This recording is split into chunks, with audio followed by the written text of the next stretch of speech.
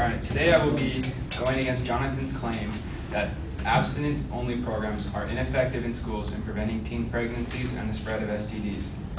Jonathan argued that schools teach abstinence as the best way to be safe from sexually transmitted diseases. They do not teach about condoms or any other options for preventing pregnancies or STDs. This statement is not true because it is an broad assumption that all schools teach abstinence-only sex education. But depending on what school you go to and what state you live in will determine the kind of sex education you will go through. Since the teaching of sex education is required in the school board curriculum, everyone is being taught something about sex. The Kaiser Family Foundation pointed out that there are 3 types of sexual education being taught in schools across the United States.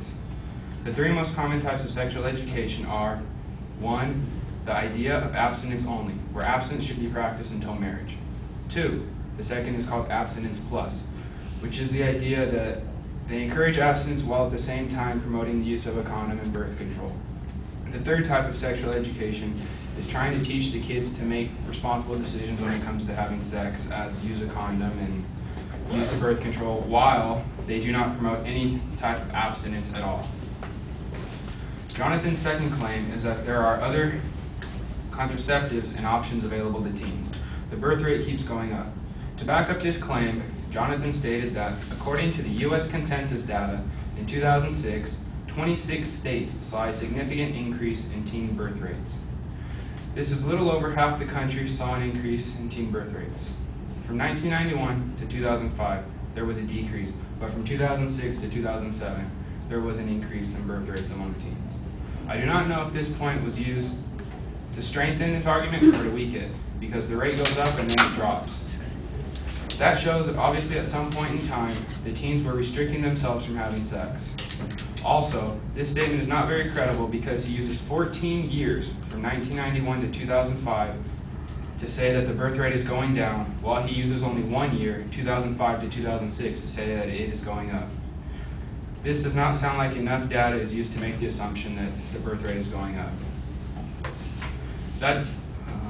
When researching this statistic, I found that according to the Guttmacher Institute, the teenage pregnancy rate in this country is at its lowest level in 30 years, down 36% from its peak in 1990. A growing body of research suggests that both increased abstinence and changes in contraceptive practices are responsible for recent declines in teenage pregnancy. Between 1988 and 2000, teenage pregnancy rates declined in every state and in the District of Columbia. Jonathan's 3rd claim, that abstinence-only programs misinform teens. They tell teens that condoms and birth controls are the best way to prevent pregnancies and the spread of STDs.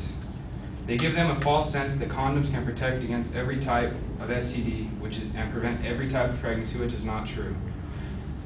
Everyone sees things and interprets them in different ways, so no matter what, you're going to have some misleading information. The teaching of abstinence is not a bad thing. Robert Rector and Kirk Johnson, researchers at the Heritage Foundation, stated that kids who use abstinence decisions do better in school, even when the comparison group was matched for social backgrounds and the desire to pursue education. Abstinent teens are far more likely to attend and graduate from college than those who are sexually active, based on an analysis from the National Longitudinal Survey of Adolescent Health. They found 8 traits among the teens that they studied that practiced abstinence.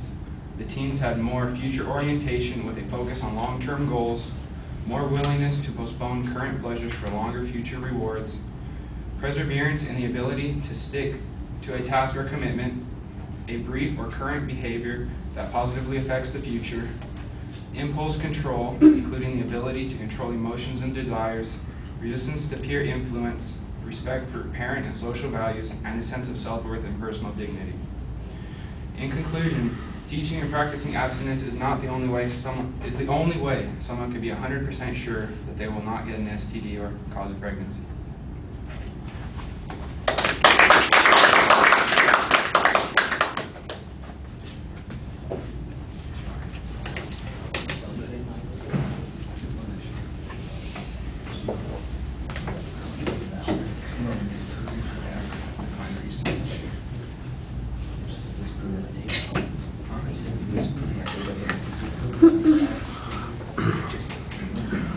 All right, I like the idea of challenging the premise at the beginning that abstinence education is widespread, or that that's the primary form of education that people are using.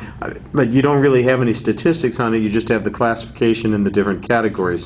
I do think that you have a good argument on the issue about the birth rates and how they have declined, and that the time period over which the decline occurred is pretty substantial, and that it's premature to decide on the basis of a single year that an increase represents a trend or some failure. There's also no explanation as to why it's linked, either from your perspective or from the advocate's perspective, to the sex education that the kids are getting.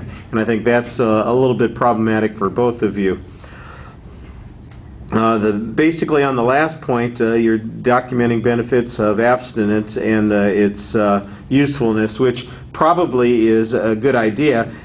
It would be a stronger idea if you could demonstrate there's some relationship between the decision to remain abstinent and the education programs that are being presented.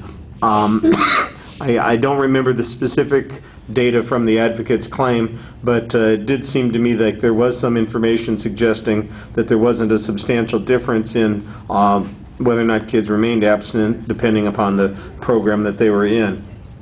If there was some data on that, that would strengthen your position there.